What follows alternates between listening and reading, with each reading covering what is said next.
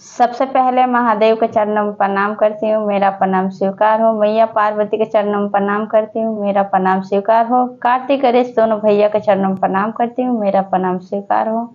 सभी देवी दुर्गा के चरणों में प्रणाम करती हूँ, मेरा प्रणाम स्वीकार हो। आप सभी गुरु भाई बहन के चरणों में प्रणाम करती हूँ और महादेव से दया मांगती हूँ कि हे महादेव, जितने मेरे गुरु भाई बहन हैं सबका रुका हुआ काम बनाइए, सब पे दया कीजिए, पल पल दया कीजिए। आज मैं जो कथा आप लोगों को सुनाने जा रही हूँ, महादेव और विष्णु भगवान का शिव चर्चा कथा सुनाने जा रही हूँ। कथा बहुत सुंदर है, शुरू से अंत तक सुनिएगा। और कथा अगर आप लोग महादेव का कथा सुनना पसंद करते हैं, महादेव का भक्त हैं, तो मेरे वीडियो को लाइक कीजिएगा और चैनल को सब्सक्राइब कीजिएगा। घंटी के निशान को जरूर प्रेस कीजिएगा ताकि कोई भी कथा डाले तो आप लोगों के पास आसानी से पहुंच जाए और आप लोग सुन सकें।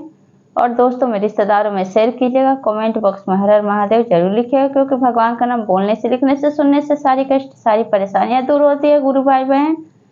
तो कभी भी आप कथा सुनते हैं तो वीडियो को ज़्यादा से ज़्यादा लाइक कीजिए और शेयर कीजिए। इससे ये होता है कि आप लोग के साथ से, आप ही लोग के सपोर्ट से जो भक्त के पास ये वीडियो नहीं पहुँचता है तो उनके पास आसानी से पहुँचता है। तो चलिए ज़्यादा बात नहीं करते हुए कथा शुरू करते हैं। तो गुरु भाई बहन, माला से मोती तोरा ना करो, धर्म से मुंह मोरा ना करो। बहुत कीमती है महादेव का नाम लेना, महादेव का नाम लेना भूला ना करो। तो एक समय की बात है कि ब्रह्मा जी भ्रमण करते हुए चारों तरफ से पहुँचते हैं विष्णु भगवान के पास। विष्णु भगवान अपना सोए रहते हैं और मैया जो है लक्ष्मी जी, वो उनका पैर दबा रही होती हैं। अब ब्रह्मा जी देखते हैं कि हम तो सबसे बड़े हैं, हमें कोई प्रणाम ही नहीं कर रहा है, क्योंकि सृष्टि का रचयिता तो ब्रह्मा जी ही हैं।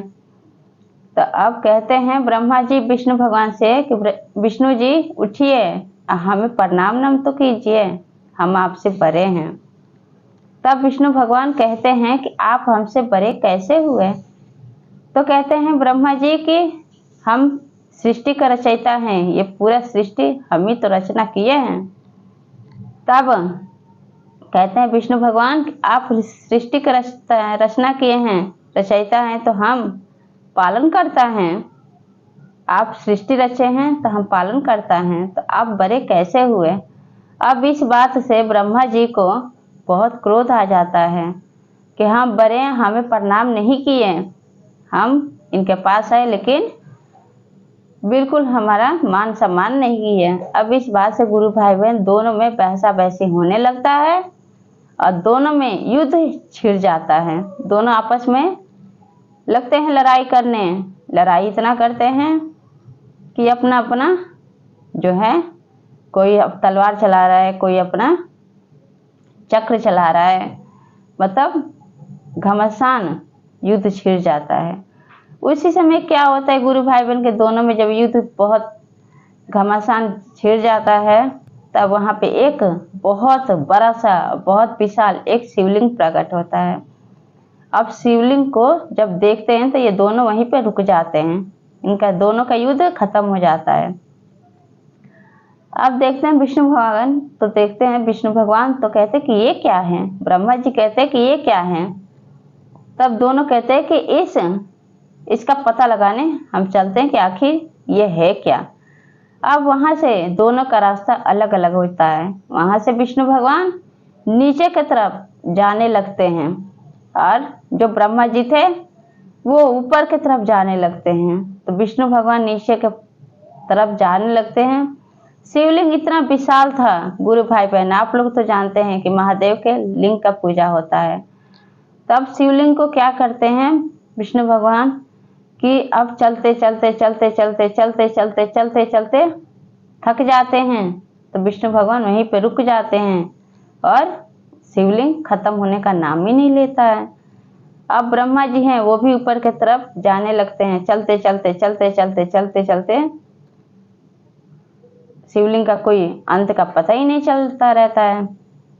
तब क्या देखते हैं कि ऊपर से केतकी फूल आ रही होती है।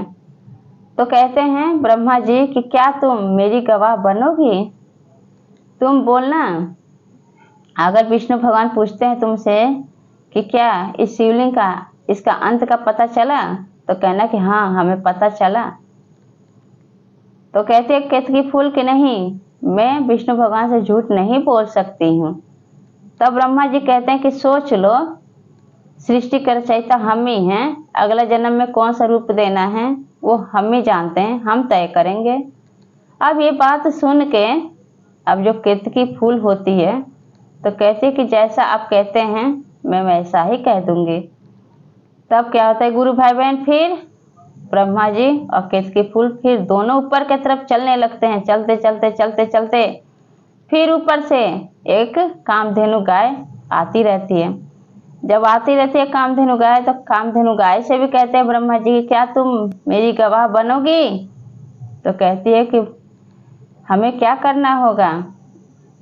तब कहते हैं ब्रह्मा जी कि शिवलिंग का अंत का पता पूछेंगे विष्णु भगवान, तो कहना कि मैं कहूँगा कि हाँ मैं पता लगा लिया हूँ, तो तुम भी कहना कि हाँ मैं भी जो ब्रह्मा जी कह रहे हैं वो सही कह रहे हैं। तो कहती है कामधेनु गाय कि नहीं, मैं झूठ नहीं बोलूंगी विष्णु भगवान से।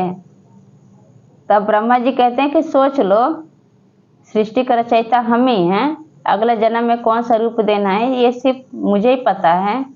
अब ये बात सुन के ब्रह्मा जी के कामधेनु गाय डर जाती है। तब कहते कि जैसा आप कहेंगे ब्रह्मा जी वैसे हम बोल देंगे।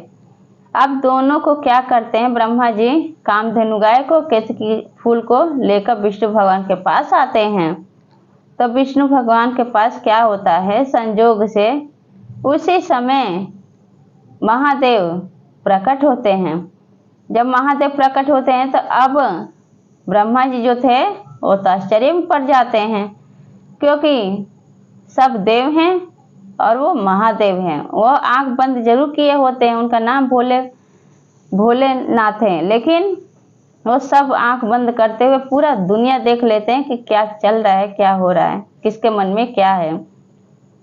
तब पूछते हैं ब्रह्मा जी कि क्या वो महादेव पूछते हैं ब्रह्मा जी से कि क्या आप इसका अंत का पता लगा लिए।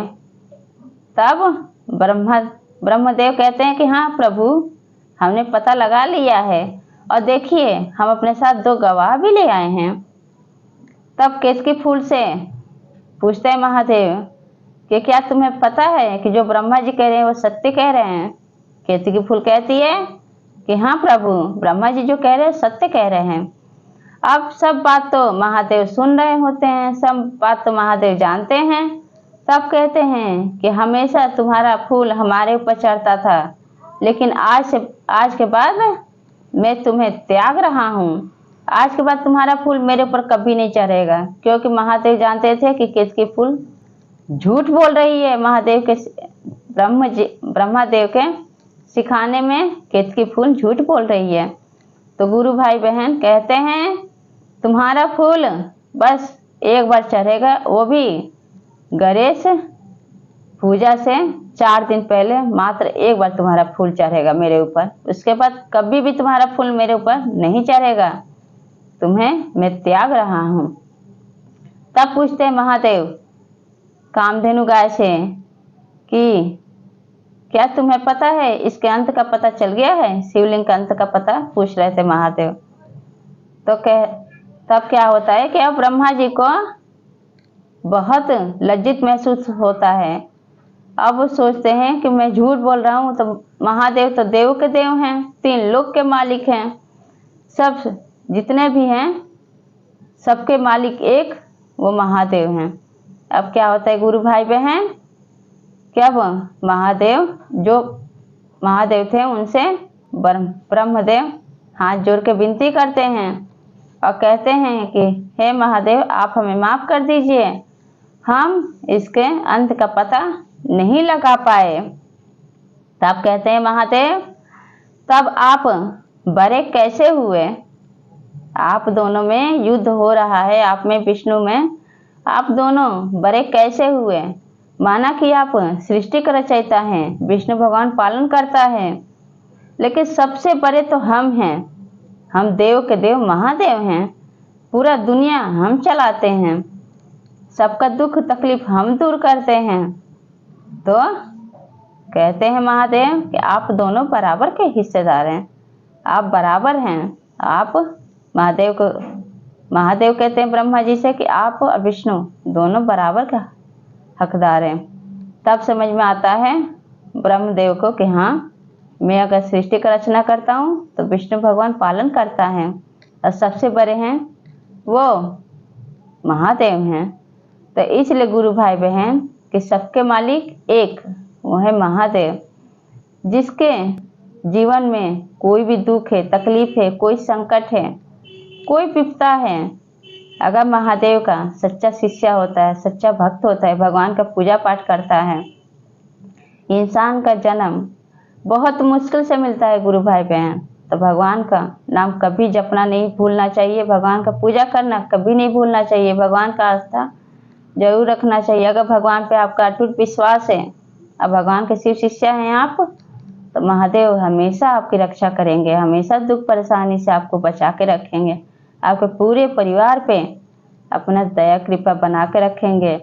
तो ये कथा आप लोगों को कैसा लगा कमेंट बॉक्स में ज़रूर बताइए, और सब बोलिए हर हर महादेव, मैया पार्वती की जय।